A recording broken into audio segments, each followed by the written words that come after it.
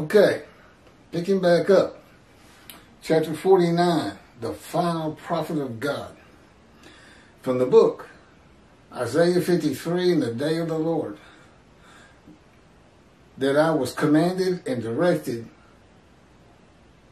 to write by the words of God, who is here. This is the day of the Lord. I am his representation, his prophet like Moses. I have 2 covenants to deliver. And finally, you have somebody that can properly explain Isaiah 53. It was written so that nobody could before me, the righteous servant. And I am Moshiach. And believe it or not, Elijah too. 4 righteous servants to come. And they come in the day of the Lord. But we only have one description. And that description is me and my life. And you can find that on video. Now there's an older video that was about 1 hour and 24 minutes long that is just terrible today. But we've redone it. It comes in 4 different parts. 104, 204, 304, and 404. And it's basically the exact same video. It's just that you can see me clearly as you can now. And in that other one, and it is, I bring that up because it is being viewed left and right. Hundreds in the last 2 days alone. And I'm like, I'm embarrassed by it. But fortunately, I've been embarrassed by the state of the videos for some time. They were done 2 years ago, and they've been reposted so many times, they've just kind of fallen apart. But fortunately, this is when God decided to redo it, and we're getting things fixed up. This is called, and it's just the same as God, as the Orthodox Jews believe, dictated the Torah to Moses.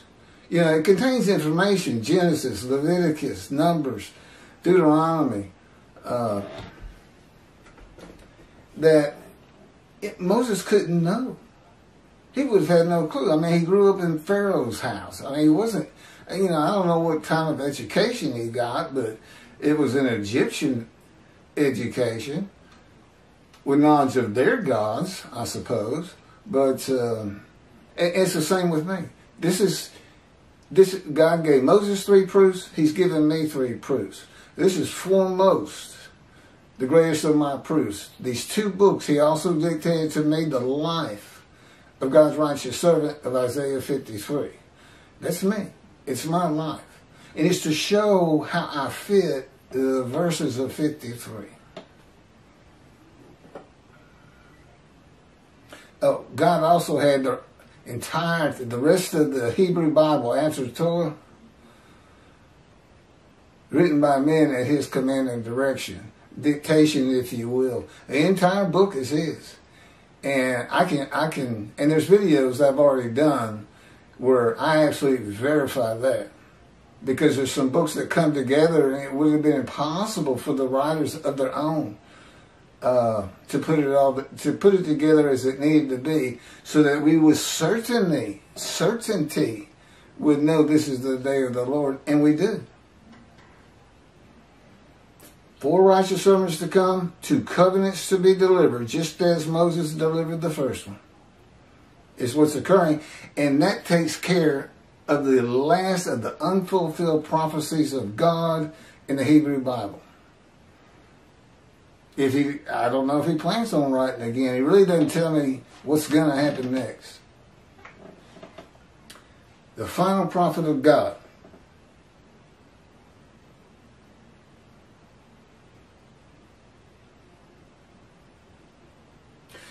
When Muhammad was 40 years old, he was commanded by God, through his angel Gabriel, to declare his oneness to the idolaters and polytheists of the whole world, and to deliver the message of peace to an embattled humanity. In response to this command of heaven, Muhammad launched the momentous program called Islam, which was to change the destiny of mankind forever.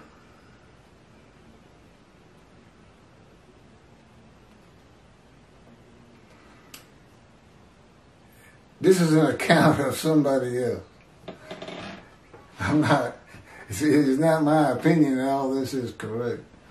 He was in Hira when one day the archangel Gabriel appeared before him and brought to him the tidings that God had chosen him to be his last messenger to this world, and imposed upon him the duty of leading mankind out of the welter of sin, error, and ignorance into the light of guidance, truth, and knowledge. I'm the last messenger of God. And when you tell that to a Muslim who practices Islam, and they all do, get ready to start running. They have it etched on all their mosques. Muhammad, the last messenger and prophet of God. No, he's not. There's somebody to talk about this story we have here. He was in here when one day... Okay, I got that.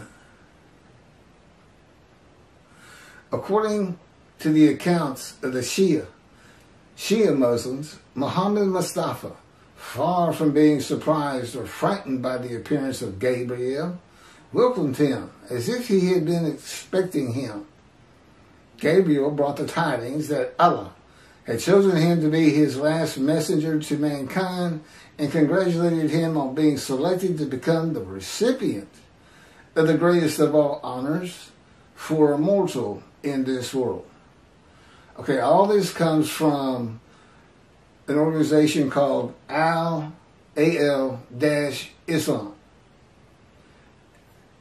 entitled The Birth of Islam and the Proclamations by Muhammad of His Mission.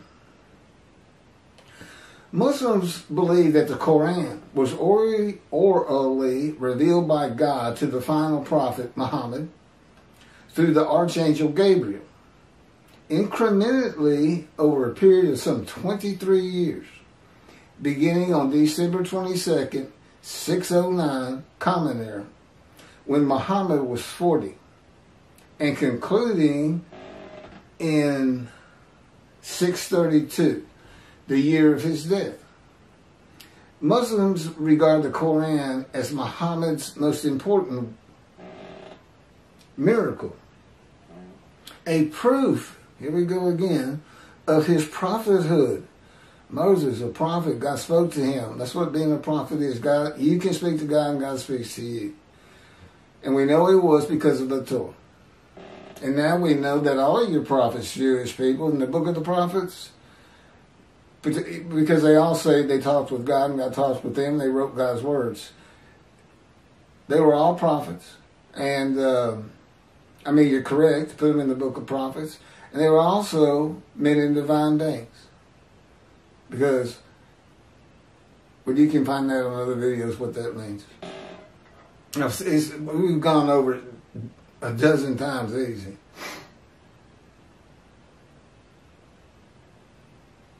And the culmination of a series of divine messages, starting with those revealed to Adam and ending with Muhammad. According to tradition, several of Muhammad's companions served as scribes and recorded the revelations. He didn't write them. His scribes did. He just told them what the angel Gabriel told him. Shortly after his death, the Quran was compiled by the companions who had written down or memorized parts of it. That's from Wikipedia on the Quran. In the writing by Al-Islam, it is said that Muhammad was in Hira when one day the archangel Gabriel appeared before him and brought to him the tidings that God had chosen him to be his last messenger to this world. God chose his last messenger long before the time of Muhammad in Hira, in Malachi 3. Elijah to arrive in a time to come, and that time is here. And that would also include Moshiach and God's righteous servant of Isaiah 53. And, of course, a prophet like Moses.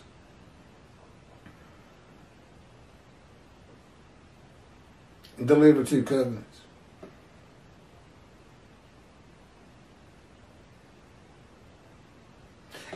Okay, talking about Elijah. And to deliver the new covenant to the Jewish people and recounsel the families one to the other through Judaism. I can't believe that's not in here.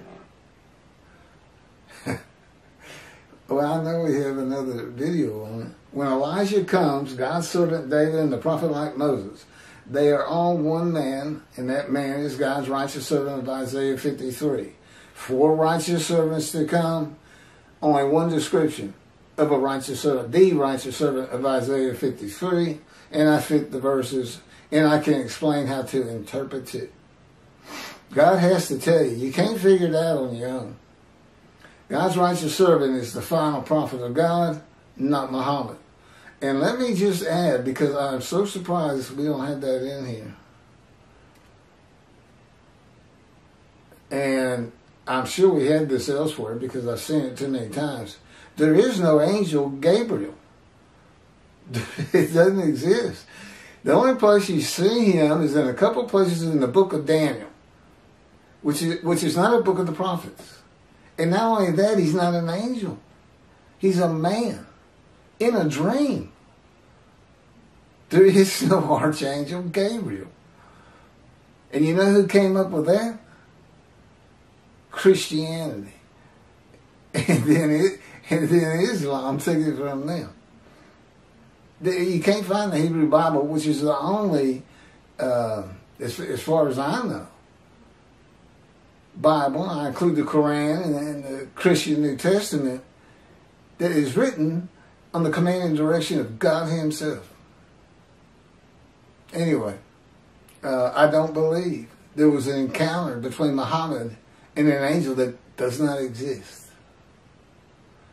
I think they basically plagiarized the Hebrew Bible, changing it in many ways to fit their cultural norms. All of a sudden, they believed in one God, whereas it was the Jewish people who first believed in that manner, one God. And the knowledge of Adam. Did the archangel, who doesn't exist, tell Muhammad about Adam? And tracing that lineage into Abraham. See, you got 3 religions, and every one of them claims to be of Abraham. 3 religions of Abraham. Well, only one can be correct. And it turns out that's the Jewish people. This is another thing God's having me do. In the day of the Lord, I gotta be 4 servants. I gotta deliver 2 covenants. I gotta clear the way for God to return to his temple, meaning I have to be instrumental in having it built. And a whole myriad of additional things. And that doesn't even touch on the issue of Palestinians, the enemy within the borders, in such manners as that. So it's a long road ahead. Still got a lot of naysayers and haters and disbelievers out there, shunned, despised, and held of no account. That's how Isaiah 53 talks about the righteous servant. And it has come to pass, I can assure you. Okay. The final chapter. And it is good and it's very important. Chapter 50, the day of the Lord. It's very important because God made a huge change in the day of the Lord, Malachi 3, from all references to it previously in the Hebrew Bible. I'll get to that shortly.